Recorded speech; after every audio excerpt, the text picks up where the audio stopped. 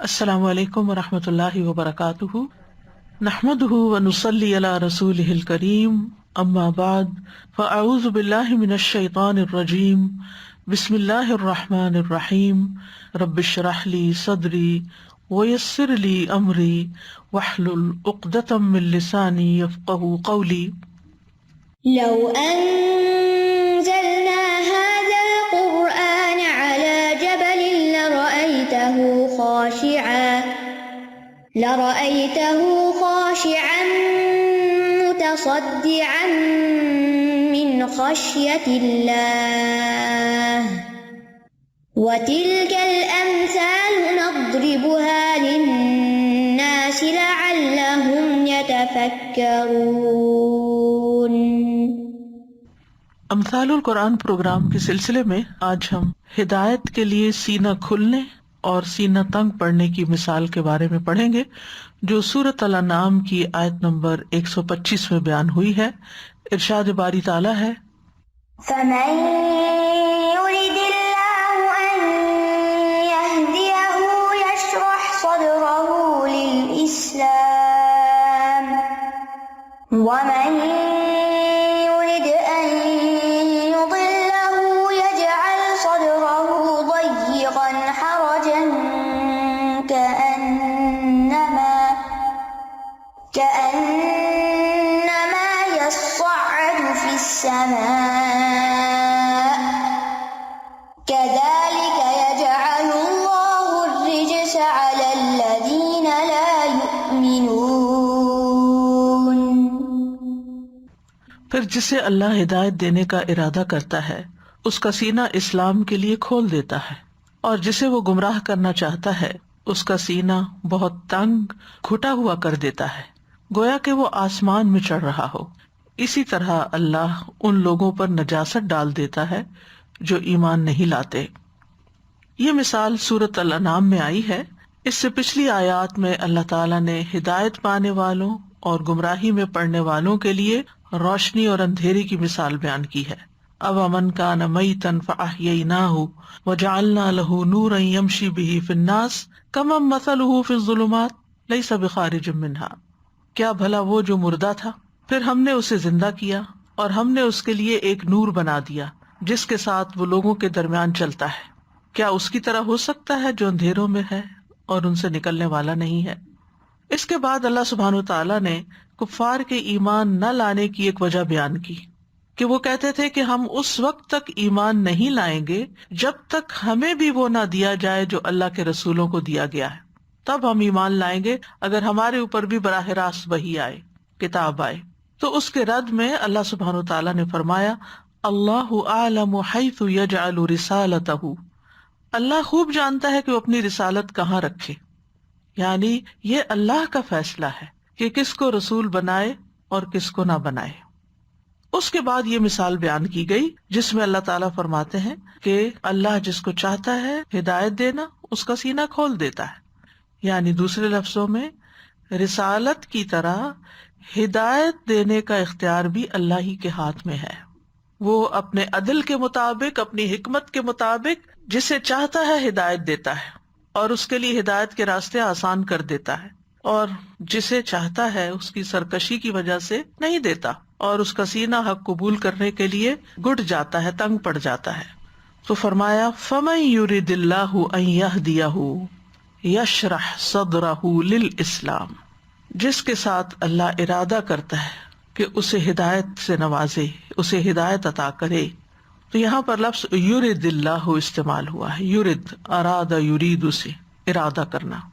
جیسا کہ ہم جانتے ہیں کہ اللہ تعالیٰ کے ارادے کی دو قسمیں ہیں، ارادہ کونیہ قدریہ اور ارادہ دینیہ شرعیہ۔ ارادہ کونیہ قدریہ مشیت کے معنوں میں بھی آتا ہے، یعنی جو اللہ چاہتا ہے وہ ہوتا ہے، جو اللہ نہیں چاہتا وہ نہیں ہوتا۔ اور ارادہ کونیہ میں ضروری نہیں کہ جس چیز کا اللہ تعالیٰ نے ارادہ کیا ہے اللہ تعالیٰ کو وہ پسند بھی ہو، جیسا کہ کفر ہے، شرک ہے، وغیرہ وغیرہ، اللہ تعالیٰ پسند نہیں کرتا کہ وہ واقع ہو۔ پھر اسی طرح دوسرا ہے ارادہ دینیہ شرعیہ، یہ صرف اس چیز میں ہوتا ہے جسے اللہ تعالیٰ پسند کرتا ہے اور اس سے راضی ہوتا ہے، اور اس کا تعلق ہر اس چیز کے ساتھ ہے جس کا اللہ نے اپنے بندوں کو کرنے کا حکم دیا ہے. اور یہاں اس آیت میں کون سا ارادہ مراد ہے؟ ارادہ کونیہ مراد ہے، پہلی قسم کا ارادہ. یعنی جس کو اللہ ہدایت دینا چاہتا ہے، ہدایت دینے کا ارادہ کرتا ہے. اور جیسا کہ ہم جانتے ہیں کہ ہدایت کا معنی لطف و کرم کے ساتھ کسی کی رہنمائی کرنا، اور ہدایت بھی دو طرح کی ہوتی ہے، ایک ہدایت توفیق ہوتی ہے اور ایک ہدایت ارشاد ہوتی ہے. ہدایت توفیق کیا ہوتی ہے؟ کہ اللہ تعالی کی طرف سے اذن ہو جائے کسی بندے سے کسی نیک کام کے کرنے کا، یعنی اللہ کی توفیق مل جانا کہ کوئی ایمان لے آئے، کوئی عمل صالح کرے، کوئی خیر کے کام کرے، تو یہ ہدایت توفیق ہوتی ہے. تو یہاں مراد ہدایت توفیق ہی ہے، کیونکہ ہدایت ارشاد جو ہوتی ہے وہ اللہ کی طرف سے بھی ہوتی ہے، جیسے وحی کے ذریعے جو احکامات ہمیں بھیجے، اور پھر علماء اور انبیاء اور یہ سب بھی آگے اس کی وضاحت کرتے ہیں، لوگوں کے سامنے بیان کرتے ہیں. یعنی جو تعلیم والی، ارشاد والی ہدایت ہے وہ تو سب کے لیے، اللہ نے قرآن سب کے لیے اتارا ہے، ہدی للناس، سارے انسانوں کے لیے. لیکن کیا سارے انسان اس سے ہدایت پاتے ہیں؟ نہیں، صرف وہی پاتے ہیں جن کو اللہ تعالیٰ توفیق دیتا ہے ہدایت پانے کی. تو فَمَن يُرِدِ اللَّهُ أَن يَهْدِيَهُ، جس کے ساتھ اللہ ارادہ کرتا ہے کہ اس کو ہدایت دے، یعنی سیدھے رستے پر چلنے کی توفیق عطا کر دے، تو اس کے لیے وہ کیا کرتا ہے، اس پر کیا فضل فرماتا ہے، کیا انعام فرماتا ہے؟ یشرح صدرہ للاسلام، اس کا سینہ اسلام کے لیے کھول دیتا ہے، اس کا شرح صدر ہو جاتا ہے. شرح کا مطلب ہوتا ہے شرحت اللحم، گوشت کے ٹکڑے لمبے لمبے پتلے پتلے کاٹ کے اس کو پھیلا دینا. یعنی وہ ایک بوٹی کی شکل میں تھا، آپ نے اس کو سلائس کر کے کافی جگہ پر سپریڈ کر دیا، وہ جو اتنی سی جگہ لے رہا تھا اب وہ پھیل گیا. اسی طرح تشریح کا لفظ جو ہے تشریح الابدان، ڈائسیکشن کے لیے استعمال ہوتا ہے، کھولنے کے لیے. اور شرح صدر سے مراد مانوی طور پر اس کو کھولنا ہے، کھلا کرنا، وسیع کرنا، فزیکلی نہیں. یعنی یہاں ہارٹ سرجری مراد نہیں ہے، بلکہ اس سے مراد اللہ سبحانہ تعالیٰ کا انسان کے سینے میں نور ڈال دینا، سکون اور اطمینان ڈال دینا، جس کی وجہ سے وہ بہت وسیع ہو جاتا ہے، کھلا ہو جاتا ہے، اس کے اندر ایکسیپٹنس بڑھ جاتی ہے. اسی کی دعا حضرت موسیٰ علیہ السلام نے کی تھی، قال رب اشرح لی صدری، اے میرے رب میرا سینہ کھول دے، یعنی وسیع ہو جائے کہ میں تیرے ہر حکم کو قبول کر لوں. نبی صلی اللہ علیہ وسلم کے بارے میں فرمایا الم نشرح لک صدرک، کیا ہم نے آپ کا سینہ آپ کے لیے کھول نہیں دیا؟ پھر اسی طرح سورۃ زمر میں آتا ہے افمن شرح اللہ صدرہ للاسلام، کیا بھلا وہ جس کا سینہ اللہ نے اسلام کے لیے کھول دیا، یعنی اس کے اندر ایکسیپٹنس کا لیول بڑھ گیا، اس کے لیے حق کو قبول کرنا بہت آسان ہو گیا، اس نے حق کو ویلکم کیا، کسی بھی چیز کو حق کی قبولیت کے راستے میں رکاوٹ نہیں بننے دیا، کوئی چیز آڑے نہیں آئی، جو حق آیا اندر آتا چلا گیا، اور اتنی جگہ تھی کہ اس نے اس کو قبول کر لیا اور مزید اس کے اندر وسعت پیدا ہو گئی. اور یہ اللہ تعالیٰ کا بہت بڑا انعام ہوتا ہے کسی کے لیے. ورنہ ہم دیکھتے ہیں کہ بہت سے لوگ ایسے تھے جو نبی صلی اللہ علیہ وسلم کی بات کو سن نہیں پاتے تھے، وہ کہتے تھے لا تسمعوا لهذا القرآن، وہ سننا بھی نہیں چاہتے تھے، والغوا فیہ، شور مچاؤ اس میں، کوئی سننے نہ پائے، کسی کے کان تک نہ پہنچے، یعنی اتنی ریزسٹنس تھی. لیکن جن لوگوں کے سینے کھل گئے، ان کو ہدایت مل گئی، ان کی اللہ کی کتاب سے وحی سے محبت بڑھ گئی. خود نبی صلی اللہ علیہ وسلم کیا چاہتے تھے کہ جبریل علیہ السلام جلد سے جلد آیا کریں، ان سے ملاقات زیادہ ہو، زیادہ سے زیادہ کچھ سیکھ سکیں. اور صدر سینے کے لیے استعمال ہوتا ہے جس میں دل ہوتا ہے، اس کی جمع صدور ہوتی ہے، وحصل ما فی الصدور. تو شرح صدر سے مراد پھر کیا ہوا؟ سینے کا وسیع ہو جانا، ہدایت کے لیے کھل جانا. اور للاسلام، اسلام کا مطلب ہوتا ہے اپنے آپ کو اللہ کے حکم کے تابع کر دینا، اپنے آپ کو اللہ کے سپرد کر دینا. اور یہاں اسلام سے مراد توحید اور ایمان ہے. ابن جریج کہتے ہیں کہ جب وہ یہ آیت پڑھتے تھے فَمَن يُرِدِ اللَّهُ أَن يَهْدِيَهُ يَشْرَحْ صَدْرَهُ لِلْإِسْلَامِ، تو کہتے کہ اس سے مراد ہے لا الہ الا اللہ، یعنی لا الہ الا اللہ کے کلمے کے لیے انسان کے سینے میں بہت وسعت پیدا ہو جاتی ہے. یعنی وہ لا الہ الا اللہ کو بہت خوشی کے ساتھ قبول کر لیتا ہے. انسان کے لیے اسلام کو قبول کرنا آسان ہو جاتا ہے. اور اسی طرح توحید کی بات اس کے دل کو خوش کر دیتی ہے. ابن عباس اس آیت کے بارے میں کہتے ہیں کہ اللہ اس کے دل کو توحید اور ایمان کے لیے کشادہ کر دیتا ہے، یعنی اٹ میکس سینس ٹو ہم، اور وہ اس کی تلاش میں ہوتا ہے، اور جب وہ چیز مل جاتی ہے تو اس کو خوشی سے قبول کر لیتا ہے. اسلام پر عمل کرنا اس کے لیے آسان ہو جاتا ہے. اسلام کے ہر حکم کو دل کی خوشی کے ساتھ قبول کرتا ہے. وہ قرآن پڑھتا جاتا ہے اور اس کا دل کھلتا چلا جاتا ہے، اس کا اطمینان قلب بڑھتا چلا جاتا ہے، اس کے سینے میں وسعت پیدا ہوتی چلی جاتی ہے.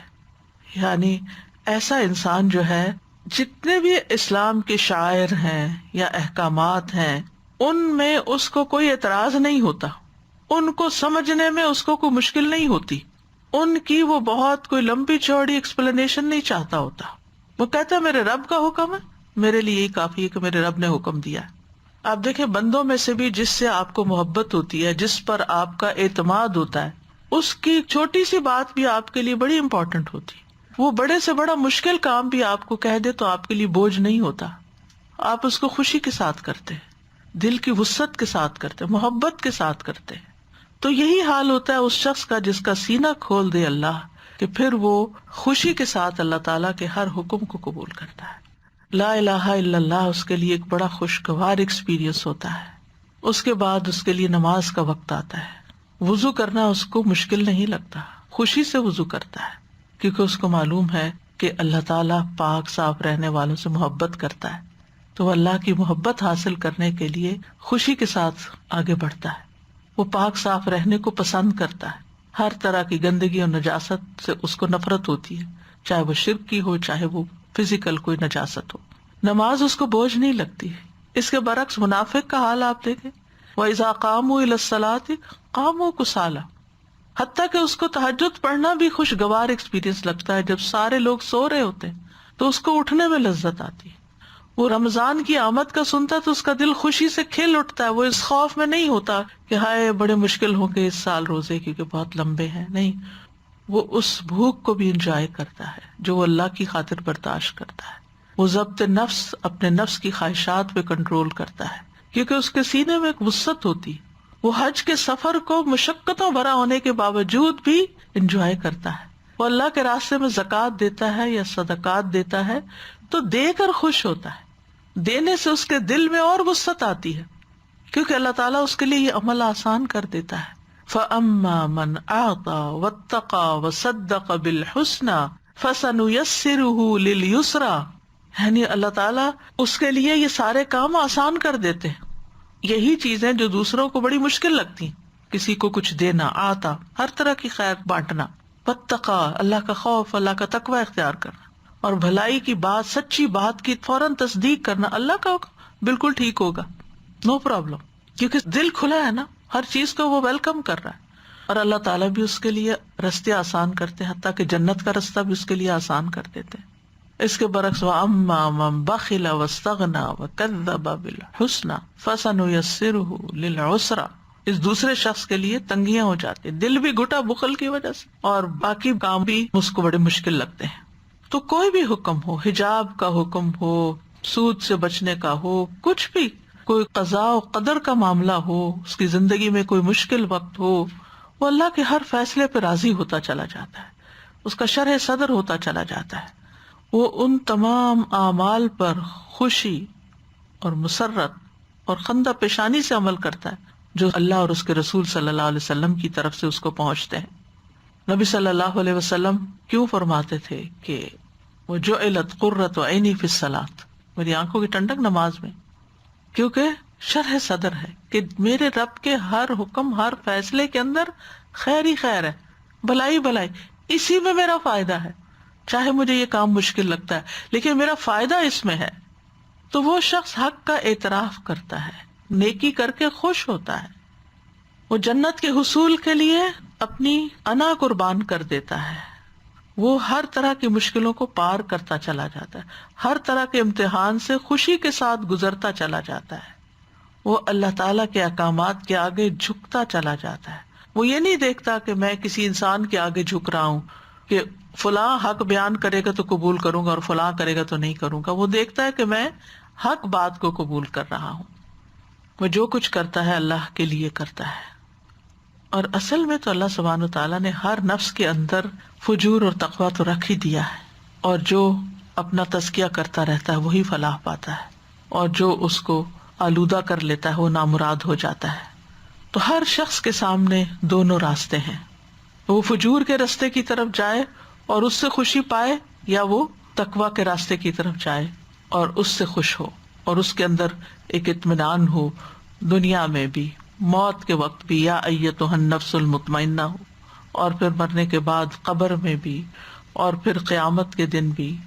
اور یہ ایکسپیرئنس انسان کو زندگی کے ہر مرحلے میں ہوتے ہیں کہ وہ کس کام سے خوش ہوتا ہے، کیا چیز اس کی خوشی میں اضافے کا باعث بنتی ہے، اور کس چیز سے وہ تنگ دل ہوتا ہے.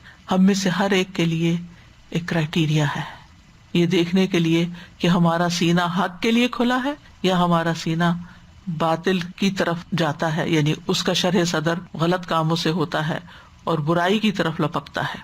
کیونکہ اس کے برعکس وَمَن يُرِدْ أَن يُضِلَّهُ يَجْعَلْ صَدْرَهُ ضَيِّقًا حَرَجًا، اور جس کو اللہ تعالیٰ گمراہ کر دیتا ہے، یعنی گمراہ کرنے کا ارادہ کرتا ہے، اس کا سینہ تنگ اور گھٹا ہوا کر دیتا ہے. یُضِلَّ اضل یُضِلُّ اضلال سے ہے دوسرے کو گمراہ کرنا. تو اس کی دو صورتیں ہوتی ہیں، ایک یہ کہ اس کا سبب انسان کی خود اپنی ہی گمراہی ہو، تو جو خود گمراہی والا رستہ اختیار کرتا ہے تو اللہ سبحانہ وتعالیٰ بھی اسی طرف اس کو چلا دیتے ہیں، اور نتیجتاً اس کو جنت کے رستے سے ہٹا کے جہنم کے رستے پہ لگا دیتے ہیں. اور حقیقت یہ ہے کہ انسان جب کسی رستے کو اختیار کر لیتا ہے تو اس سے مانوس بھی ہونے لگتا ہے اور اس کو اچھا سمجھنے لگتا ہے، حتیٰ کہ اس کے اوپر ایسا جم جاتا ہے کہ اسے ہٹانا ہی مشکل ہو جاتا ہے، اور وہ کام اس کی فطرت کا حصہ بن جاتے ہیں، تو اللہ تعالیٰ بھی اس کے لیے وہی رستہ پھر آسان کر دیتے ہیں. اور نیکی کے لیے اس کا سینہ تنگ ہو جاتا ہے. یجعل صدرہ ضیقا، ضیق اور ضیق کہتے ہیں تنگی کو، یہ وسعت کی اپوزٹ ہے، شرح کی اپوزٹ ہو گئی. اور حرجن، حرج یا حرج سے ہے، سمع یسمع کے وزن پہ آتا ہے. حرج کے معنی ہے کئی چیزوں کا جمع ہو جانا، اور جب بہت سی چیزیں اکٹھی ہو جاتی ہیں نا تو تنگی پیدا ہو جاتی ہے. بہت لوگ ایک کمرے میں اکٹھے ہو جائیں، بہت سی چیزیں آپ کی فریج میں اکٹھی ہو جائیں، یعنی کہیں پر بھی بہت ساری چیزوں کا اجتماع ہوتا ہے تو وہاں تنگی آ جاتی ہے، گھٹا ہوا ماحول ہو جاتا ہے. اور یہ بھی کہا جاتا ہے حرج درختوں کا وہ جھنڈ جس میں کوئی چیز داخل نہ ہو سکے، ایسا درخت جس کو ایسی جھاڑیوں نے گھیر رکھا ہو کہ اس کے اندر جانا مشکل، تنگی، راستہ ہی تنگ ہو. جوہری کہتے ہیں مکان حرج و مکان حرج، اس کا مطلب ہے کہ یہ جگہ درختوں کی کثرت کی وجہ سے اتنی تنگ ہے کہ چرنے چگنے والے جانور وہاں تک نہیں پہنچ سکتے. طبری کہتے ہیں حرج شدید تنگی کو کہتے ہیں، یہ وہ چیز ہوتی ہے جس کے شدید تنگ ہونے کی وجہ سے کوئی چیز اس کے اندر داخل ہو کے آر پار نہیں ہو سکتی، دوسری طرف نہیں جا سکتی.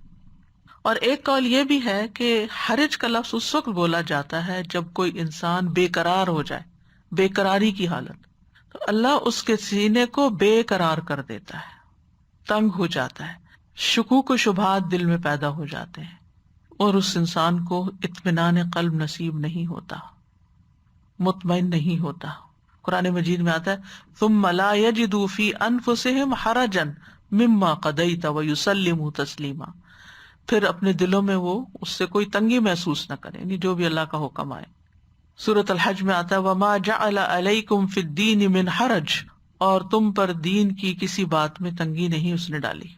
اب ضیقاً بھی تنگ ہے اور حرجن بھی تنگ ہے، تو یہ دو کیوں لائے گئے ہیں؟ تاکہ معنی میں تاکید پیدا ہو جائے، کیونکہ حرج کے لفظ میں سخت تنگی کا معنی پایا جاتا ہے، وہ صرف ضیق میں نہیں پایا جاتا. یعنی ضیق بھی تنگ ہے لیکن حرج اور گھٹا ہوا، بھچا ہوا. تو مطلب یہ ہے کہ کفر کی وجہ سے، حق کے انکار کی وجہ سے اس کا سینہ گھٹا رہتا ہے. اور یہ ہوتا ہے جب انسان کسی کی صحیح بات کو، نصیحت کو، حق بات کو جھٹلا دیتا ہے تو اس کے بعد چین میں نہیں رہتا. وہ چاہے ضد میں آ کے، انا کا شکار ہو کے کہہ دے میں نہیں مانتا تمہاری بات. عموماً یہ ہوتا ہے نا کہ جب کوئی کسی کو نصیحت کرتا ہے تو کوئی آسان نہیں ہوتا اس کی نصیحت قبول کرنا. فوری ریاکشن انسان کا کیا ہوتا ہے؟ ڈیفینسو موڈ میں آ جاتا ہے. اور پھر اس کے بعد یہ ہے کہ آہستہ آہستہ جب تنہائی میں ہوتا ہے، اکیلے میں ہوتا ہے، تو اس کے دل کے اندر وہ چیز ابھر کے آتی ہے کہ تم نے یہ تو انکار کر دیا، لوگوں کو تو تم نے خوش کر دیا، لیکن تم اللہ کو کیا جواب دو گے؟ تو بہرحال ایسا انسان جو حق کو جھٹلا دیتا ہے، سچی بات کو جھٹلا دیتا ہے، حقیقت کو مانتا نہیں ہے، وہ کبھی خوش نہیں رہ سکتا. اس کے اندر بے چینی رہتی ہے، چاہے وہ اللہ کا حق مار رہا ہو یا بندے کا حق مار رہا ہو. ایسے شخص کو کبھی سکون نفس حاصل نہیں ہوتا. سینے کو تنگ کر دیتا ہے، مطلب یہ ہے کہ اس پہ ایسا زنگ لگا ہوتا ہے کہ ایمان کا نور اندر داخل ہی نہیں ہوتا. ایسا تنگ سینہ ہے کہ خیر کی بات جانے کے لیے اندر کوئی سوراخ ہی نہیں ہوتا. عمر بن خطاب نے مدلج خاندان کے ایک بادیہ نشین اعرابی سے ہرجہ کا مطلب پوچھا تو اس نے کہا درختوں کے درمیان ایک ایسا درخت جس تک پالتو یا جنگلی جانور یا کوئی اور چیز نہیں پہنچ سکتی. یہ سن کے حضرت عمر رضی اللہ عنہ نے فرمایا اسی طرح منافق کے دل تک بھی خیر و بھلائی کی کوئی بات نہیں پہنچ سکتی. سنی انسنی کر دیتا ہے، شر غالب آ جاتا ہے، اسی میں مشغول ہوتا ہے. اللہ تعالیٰ پھر ایسے بندے کو اپنے راستے سے روک دیتا ہے، اس کو بے یار و مددگار چھوڑ دیتا ہے، اس سے خیر دور ہو جاتی. کیونکہ حدیث میں آتا ہے من یرد اللہ بہ خیرا یفقہہ فی الدین، جس سے اللہ بھلائی کا ارادہ کرتا ہے اس کو دین کی سمجھ عطا کر دیتا. یعنی دین سیکھنے کے لیے، دین کو جاننے کے لیے اس کے اندر ایک شوق پیدا ہو جاتا ہے. لیکن ادروائز اس کا سینہ تنگ ہو جاتا ہے. کتنا تنگ؟ اب مثال سے سمجھایا. یہاں ہے وہ مثال، کأنما یصعد فی السماء، گویا کہ وہ آسمان کی طرف چڑھ رہا ہو.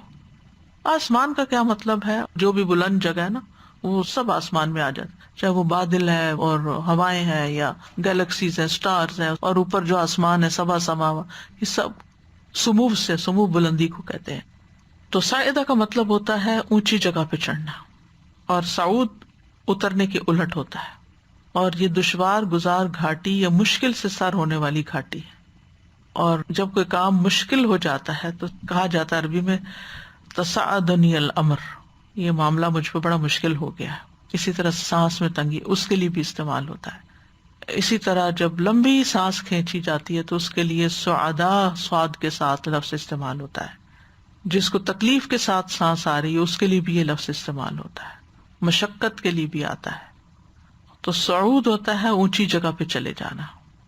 اب کأنما یصعد فی السماء، کسی بھی اونچی جگہ پہ چڑھنا، چاہے پہاڑی پہ چڑھنا ہو، چاہے سیڑھی چڑھنا ہو، چاہے کسی اور طریقے سے اوپر جانا ہو، فضا کے اندر اوپر اوپر اوپر، تو آکسیجن کی کمی ہو جاتی ہے اور انسان کا سانس تنگ ہونے لگتا ہے، سینہ گھٹنے لگتا ہے، سانس لینے میں دقت پیش آتی ہے. اور سینے کی تنگی میں مبالغے کے لیے یہ مثال بیان کی گئی ہے. یعنی اس طرح کہ اس شخص کو ایسے آدمی کے ساتھ تشبیہ دی گئی ہے جو ایسا کام کرنے کی کوشش کرتا ہے جس پر اس کو قدرت حاصل نہیں ہوتی. جیسا کہ آسمان کی طرف چڑھنا ایسی چیز ہے جو طاقت کے دائرے سے خارج ہے، لہذا ایسے شخص کے لیے کوئی نیکی کا کام کرنا بڑا مشکل ہوتا ہے. یعنی جس طرح آسمان کی طرف چڑھنا ایک مشکل کام ہے، اسی طرح اسلام قبول کرنا، اسلام کے احکامات پر عمل کرنا اس کو بڑا ہی مشکل لگتا ہے. وہ اپنے اندر اس کی استطاعت نہیں پاتا. یعنی ایسے شخص کا حق کو قبول کرنا اتنا ہی مشکل ہے جتنا کسی کا آسمان کی طرف چڑھنا مشکل ہے، اوپر جانا مشکل کام ہے.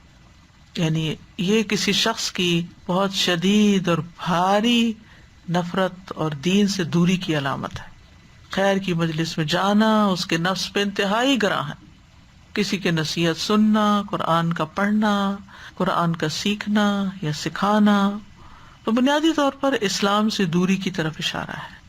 یعنی جب انسان ایمان قبول نہیں کرتا تو پھر اس کے لیے اگلے راستے اور مشکل ہو جاتے ہیں. انسان کی نفسیاتی حالت کی طرف یہاں بنیادی طور پر اشارہ ہے.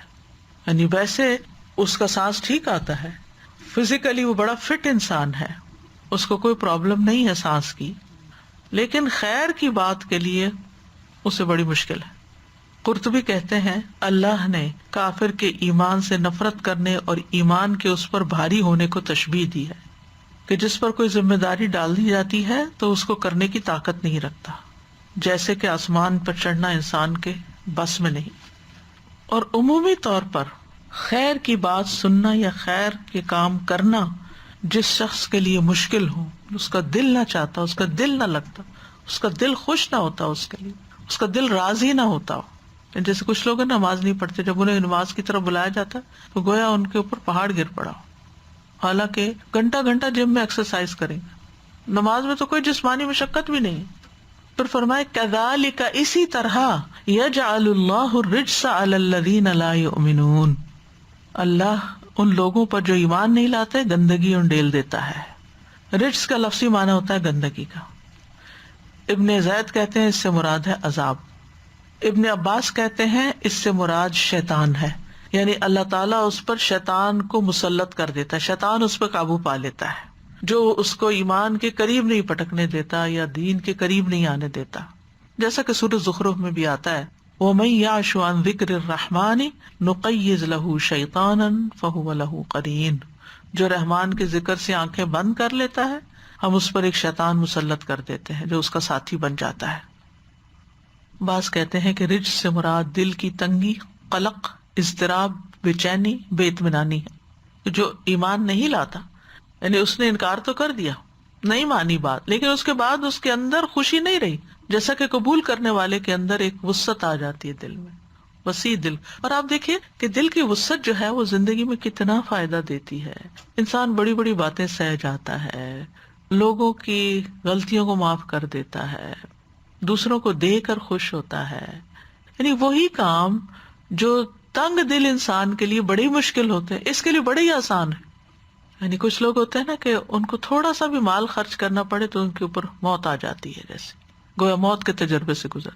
اور کچھ لوگ دائیں بائیں آگے پیچھے دن رات اوپر نیچے جہاں ضرورت ہوتی ہے خیر بانٹتے چلے جاتے ہیں اور بانٹ کر ان کو کوئی ملامت نہیں، ندامت نہیں ہوتی، ان کے اندر ایک اطمینان ہوتا ہے، خوشی آتی، دل اور کھل جاتا ہے. وہ جو لطف آتا ہے اس کے بعد مزید نیکی کرنے کو دل چاہتا ہے. اسی لیے آپ دیکھیں کہ جو لوگ رمضان کے روزے انجوائے کرتے ہیں نا ان کے لیے شوال کے روزے بائیں ہاتھ کا کھیل ہوتا ہے. ان کو ایک لطف حاصل ہوتا ہے، ایک لذت حاصل ہوتی ہے. جو رمضان میں تراویح پڑھ لیتے ہیں نا ان کے لیے بعد میں قیام اللیل بڑا آسان ہو جاتا ہے، کیونکہ وہ اس تجربے سے گزر چکے ہوتے ہیں اور وہ اس کو سمیٹ لیتے ہیں، ان کے لیے آسانی ہو جاتی ہے.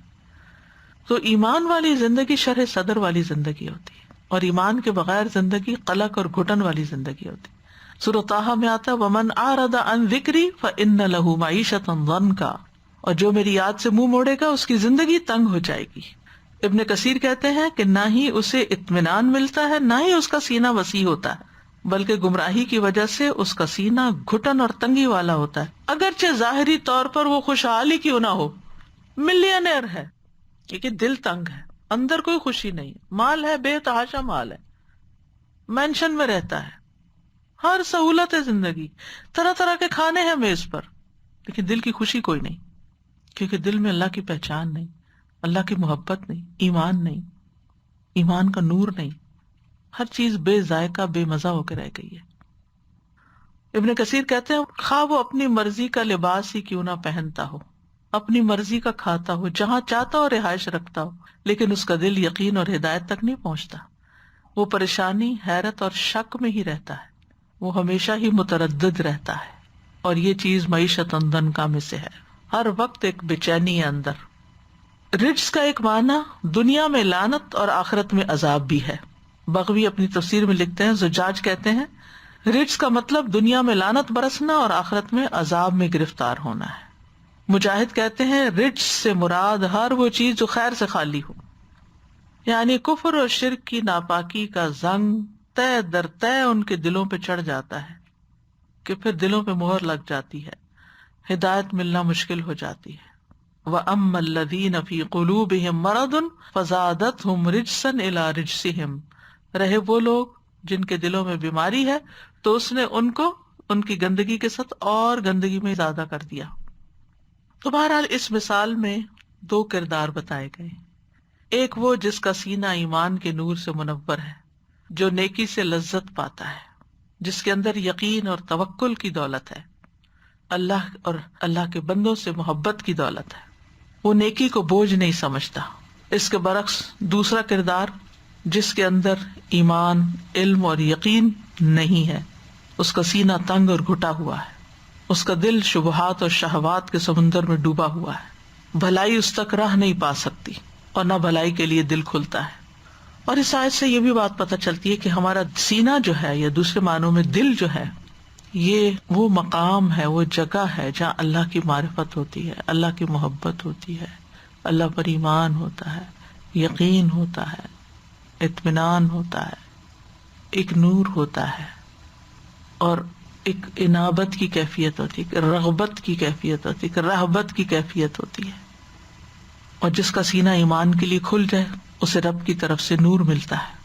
افمن شرح اللہ صدرہ للاسلام فہو علی نور من ربہ، اس کے سینے پر نور کا نزول ہوتا ہے. اسی لیے میں ریکمینڈ کرتی ہوں کہ اگر دل پہ کسی قسم کا بوجھ یا ایک قلق اور بے چینی اور ایسی کیفیات آئیں تو اللہ سے نور مانگیں. اور نماز کے بعد، جیسے فجر کے بعد تو ہم مانتے ہی ہیں، سنت اور فرض کے بیچ میں نور کی دعا، باقی نمازوں میں بھی اگر شروع کر دیں فرض کے بعد بیٹھ کے، یعنی جب کبھی ایسی کیفیت ہو تو آپ دیکھیں گے کہ ایک نہ صرف اطمینان قلب بڑھے گا بلکہ زندگی میں فیصلے بڑے آسان ہو جائیں گے، کیونکہ کلیئرٹی آف تھاٹ آ جاتی کہ کیا کرنا اور کیا نہیں کرنا. تو جو ایمان والا ہوتا ہے اس کا قلب مطمئن بالایمان ہوتا ہے، اور جس کا سینہ کفر کے لیے کھل جاتا ہے اس پر اللہ کا غضب ہوتا ہے. جس کا سینہ ایمان کے لیے کھل جاتا ہے اس کے لیے دنیا میں بھی خوشخبریاں ہیں. الا ان اولیاء اللہ لا خوف علیہم ولا هم يحزنون الذین آمنوا وکانوا یتقون لهم البشری فی الحیاۃ الدنیا وفی الآخرہ. دنیا اور آخرت میں امن ہوتا ہے، اس کی قبر بھی کشادہ ہوتی ہے. رسول اللہ صلی اللہ علیہ وسلم نے فرمایا مومن شخص اپنی قبر میں سبز باغیچے میں ہوتا ہے، جیسے آپ ایک کسی پارک میں بیٹھے ہوئے ہیں. آج کل کتنے لش گرین پارکس ہو رہے ہیں. ایسے ہی مرنے کے بعد ہوتا وہ اندھیرے میں قبر میں، لیکن اس کو کیا فیلنگ ہوتی ہے؟ جیسے وہ کسی پارک میں بیٹھا ہوا ہے، سبز باغیچہ. اس کے لیے اس کی قبر کو 70 ہاتھ کشادہ کر دیا جاتا ہے، اور اس کے لیے 14ویں کے چاند کی طرح روشنی کر دی جاتی ہے. سکون ہی سکون، کیونکہ جو دھوپ ہوتی ہے اس میں تو ایک بے چینی بھی ہوتی ہے نا، اس لیے سورج کی بات نہیں کی گئی، 14ویں کے چاند کی روشنی کی بات کی گئی. یعنی اتنا سکون اس کو مرنے کے بعد بھی نصیب ہوتا ہے، کیسی خوشی نصیب ہوتی ہے اس کو. اور جو سینے کی تنگی والے ہیں دنیا میں، معیشت ضنکا ونحشرہ یوم القیامت اعمی، ان کے بارے میں ابو داؤد کی روایت میں آتا ہے پھر جہنم کا ایک دروازہ قبر میں کھول دیا جاتا ہے. جہنم کی گرمی اور گرم ہوا اس کے پاس آتی ہے، اس کی قبر اتنی تنگ کر دی جاتی ہے کہ اس کی پسلیاں ایک دوسرے میں پیوست ہو جاتی ہیں. اللہ تعالیٰ محفوظ رکھے ہم سب کو. اس مثال سے بعض لوگوں نے قرآن کو ایک میریکل ہونا بھی ثابت کیا ہے کہ جدید تحقیقات کی روشنی میں جب خلا باز اوپر کو جاتے ہیں تو اپنے ساتھ آکسیجن لے کر جاتے ہیں، نیچرلی سانس نہیں لے سکتے. تو قرآن نے 1400 سال پہلے ہی بتا دیا کہ انما یصعد فی السماء، گویا کہ وہ آسمان کی طرف جا رہا ہے، اوپر جا رہا ہے، اور اس کا سینہ گھٹ رہا ہے آکسیجن کی کمی کی وجہ سے. تو واضح طور پر قرآن نے کھلے الفاظ میں بتا دیا کہ اونچائی پر انسان کو سانس لینے میں مشکل پیش آتی ہے، چاہے ہل ٹاپ ہی کیوں نہ ہو، نیچے کی نسبت وہاں مشکل ہوتی ہے، کیونکہ انسان کو سانس لینے کے لیے آکسیجن اور ایئر پریشر کی ضرورت ہوتی ہے. تو جو انسان اوپر جاتا ہے تو دباؤ کم ہوتا چلا جاتا ہے، اور پھر فضا میں آکسیجن کی مقدار بھی کم ہو جاتی ہے، اس کی وجہ سے خون میں آکسیجن کی مقدار کم ہو جاتی ہے، اور نتیجتاً سانس لینا مشکل ہو جاتا ہے. تو دین کا انکار کر دینا، دین پہ نہ چلنا، بظاہر دیکھنے میں یوں لگتا ہے کہ جیسے انسان بہت سی پابندیوں سے آزاد ہو گیا ہے، لیکن ایسے انسان کا دل اندر سے جکڑا ہوا ہوتا ہے. ایک سائیکاٹرسٹ ہیں پیٹرک گلن، وہ کہتے ہیں کہ پچھلے 25 سالوں میں نفسیات میں کی گئی تحقیقات سے ثابت ہوتا ہے کہ مذہبی عقیدہ مجموعی طور پر انسان کی ذہنی صحت اور خوشی کو برقرار رکھنے میں مدد دیتا ہے. یعنی جس کا ایک بلیف ہوتا ہے اس کی زندگی نسبتاً زیادہ آسان ہوتی ہے بنسبت اس کے کہ جس کا بلیف نہیں ہوتا. تو اس مثال سے کچھ باتیں ہمیں سیکھنے کو ملی کہ انسان اگر ہدایت چاہتا ہے تو پھر ہدایت کی طلب رکھے، ایمان کی دعوت کو قبول کرے، کیونکہ وَإِنَّ اللَّهَ لَهَادِ الَّذِينَ آمَنُوا إِلَىٰ صِرَاطٍ مُسْتَقِيمٍ، بے شک اللہ ان لوگوں کو جو ایمان لائے یقیناً سیدھے رستے کی طرف ہدایت دینے والا ہے. تو ایمان لاتے ہی انسان کے لیے سیدھا رستہ کھل جاتا ہے، وہی کی پیروی کرے. فَأَمَّا الَّذِينَ آمَنُوا بِاللَّهِ وَاعْتَصَمُوا بِهِ فَسَيُدْخِلُهُمْ فِي رَحْمَةٍ مِّنْهُ وَفَضْلٍ وَيَهْدِيهِمْ إِلَيْهِ صِرَاطًا مُسْتَقِيمًا. یہ سورۃ نساء میں آتا ہے. تو جو لوگ ایمان لائے اور اسے مضبوطی سے تھام لیا تو عنقریب اللہ انہیں اپنی خاص رحمت اور فضل میں داخل کرے گا اور انہیں اپنی طرف سیدھے راستے کی ہدایت دے گا۔ پھر اسی طرح جو قرآن کی پیروی کرتا ہے، قد جاءکم من اللہ نور و کتاب مبین یہدی بہ اللہ من اتبع رضوانہ سبل السلام ویخرجہم من الظلمات الی النور بإذنہ ویہدیہم الی صراط مستقیم۔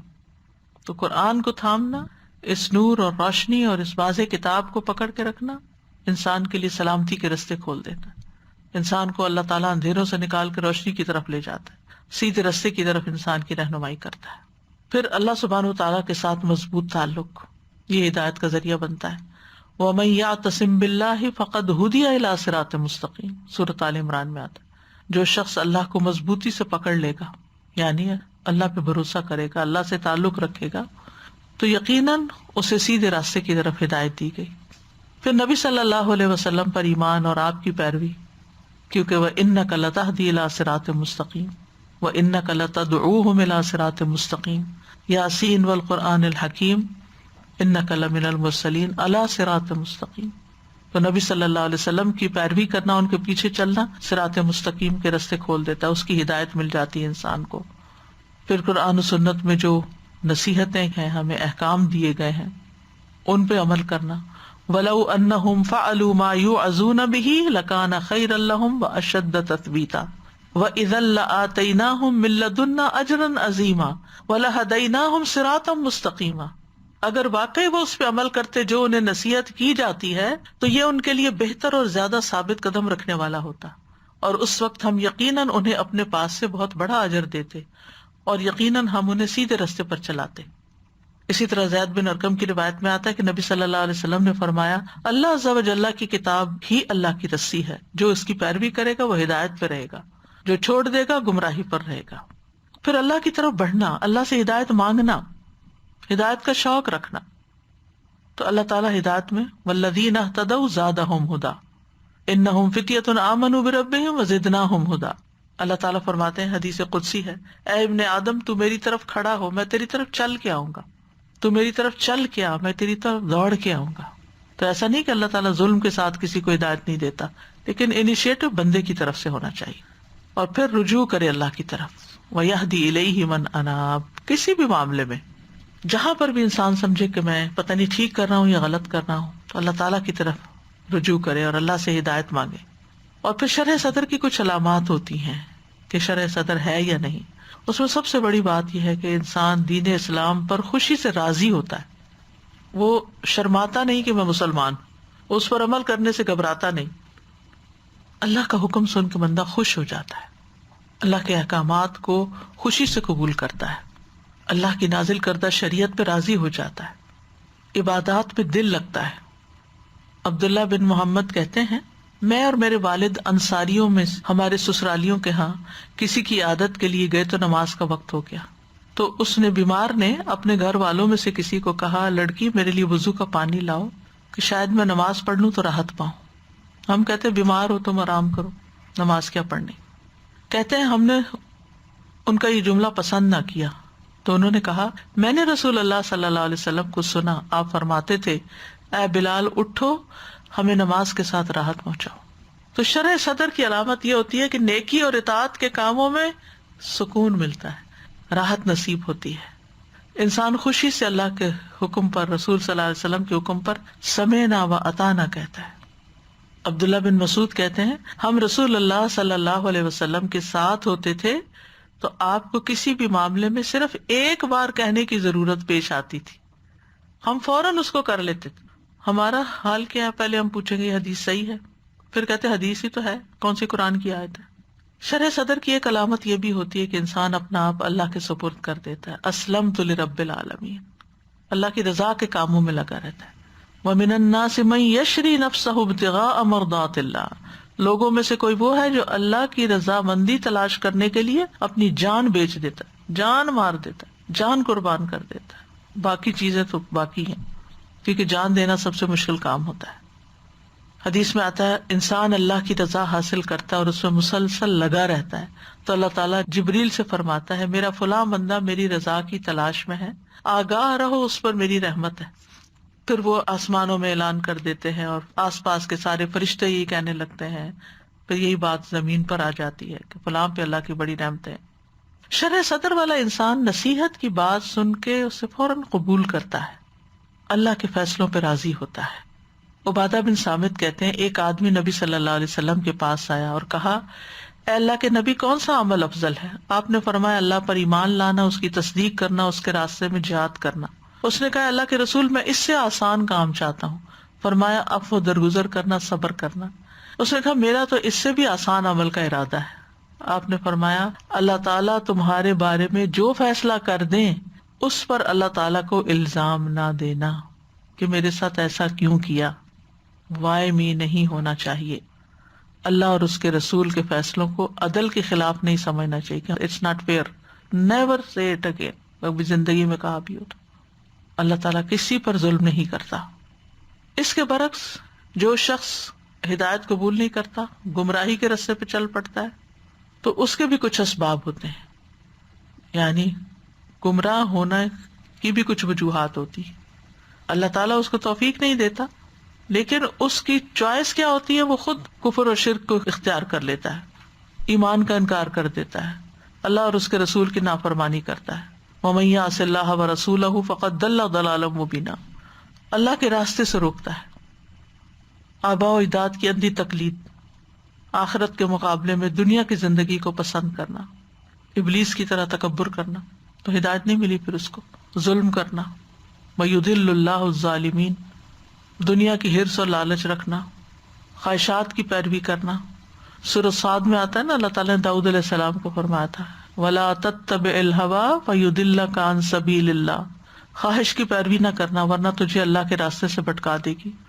سورۃ جاسیہ میں آتا ہے أَفَرَأَيْتَ مَنِ اتَّخَذَ إِلَٰهَهُ هَوَاهُ وَأَضَلَّهُ اللَّهُ عَلَىٰ عِلْمٍ وَخَتَمَ عَلَىٰ سَمْعِهِ وَقَلْبِهِ وَجَعَلَ عَلَىٰ بَصَرِهِ غِشَاوَةً فَمَن يَهْدِيهِ مِن بَعْدِ اللَّهِ أَفَلَا تَذَكَّرُونَ۔ بھلا آپ نے اس شخص کے حال پہ غور کیا جس نے اپنی خواہش نفس کو الہ بنا رکھا ہے اور اللہ نے علم کے باوجود اسے گمراہ کر دیا ہے۔ یعنی جب انسان خواہشات کے پیچھے چلتا ہے تو بھلے علم ہو پھر بھی بھٹک جاتا ہے، کیونکہ وہ ہدایت نہیں چاہتا، وہ دل کی پیروی کرنا چاہتا ہے، مرضی چاہتا ہے۔ پھر برے اعمال کو اچھا سمجھنا، یہ بھی بھٹکنے کی ایک علامت ہے، یعنی اپنی غلطیوں کو جسٹیفائی کرتے رہنا۔ پھر حد سے بڑھ جانا، شک کرنا، کذالک یضل اللہ من هو مسرف مرتاب۔ تو سینے کی تنگی کی پھر علامتیں کیا ہوتی ہیں؟ توحید کی بات، ایمان کی بات، عمل صالح کی بات انسان پہ بڑی بھاری ہوتی ہے، قرآن کانوں پر بوجھ ہوتا ہے، جیسے کہ سورۃ فصلت میں آتا ہے قل هو للذین آمنوا ھدی وشفاء والذین لا یؤمنون فی آذانہم وقر وہو علیہم عمی۔ ایمان والوں کے لیے قرآن ہدایت اور شفا ہے، اور جو مانتے نہیں ان کے کانوں میں بوجھ ہے اور ان کے حق میں اندھا ہونے کا باعث ہے۔ ہدایت کی بات سمجھ ہی نہیں آتی۔ ہدایت کے لیے انسان اللہ اور اس کے رسول کی تعلیمات کی طرف رجوع نہیں کرتا، اگر کوئی نصیحت کر دے تو وہ قبول نہیں کرتا۔ حل کیا ہے؟ سینے کی تنگی کا علاج کیا ہے؟ قرآن مجید میں بتایا گیا ہے وَلَقَدْ نَعْلَمُ أَنَّكَ يَضِيقُ صَدْرُكَ بِمَا يَقُولُونَ فَسَبِّحْ بِحَمْدِ رَبِّكَ وَكُن مِّنَ السَّاجِدِينَ وَاعْبُدْ رَبَّكَ حَتَّى يَأْتِيَكَ الْيَقِينُ۔ یہ نہیں کہ انسان کے اب حج کر لیا، دل اطمینان میں آ گیا، اب چھوڑ دو باقی، نہیں، مرتے دم تک۔ یعنی پہلی چیز رب کی حمد کے ساتھ تسبیح کی کثرت، دوسرا سجدہ کرنے والوں میں سے ہونا، نوافل کی کثرت، اور تیسرا اپنے رب کی عبادت ہر قسم کی، چاہے خدمت خلق ہو یا نماز روزہ ہو، یہاں تک کہ موت آ جائے۔ تو بہرحال ہمارے کرنے کے کام یہ ہے کہ ہم اس نصیحت پر عمل کریں، اللہ اور اس کے رسول کے احکامات کو خوشی سے قبول کریں، صرف قبول نہ کریں بلکہ ان کو بجا لائیں۔ اللہ اور اس کے رسول جو بھی فیصلہ کریں اس کو مانیں اور کوئی تنگی نہ پائیں اپنے اندر، اپنا دل صاف رکھے، دل کو چمکانے کے لیے کثرت سے استغفار کرے اور شرح صدر کی دعائیں مانگتے رہیں۔ رب اشرح لی صدری ویسر لی امری واحلل عقدۃ من لسانی یفقہوا قولی ربنا لا تزغ قلوبنا بعد اذ ہدیتنا وہب لنا من لدنک رحمہ انک انت الوہاب اللہم اہد قلبی وسدد لسانی واسلل سخیمۃ قلبی۔ اللہ میرے دل کے کینے کو دور فرما دے۔ اللہم اہدنی فیمن ہدیت اللہ جن لوگوں کو تو نے ہدایت دی ہے مجھے بھی ان کے ساتھ ہدایت دے.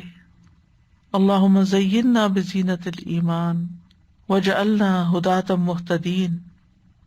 اللہم لک اسلمت وبک آمنت وعلیک توکلت والیک انبت وبک خاصمت.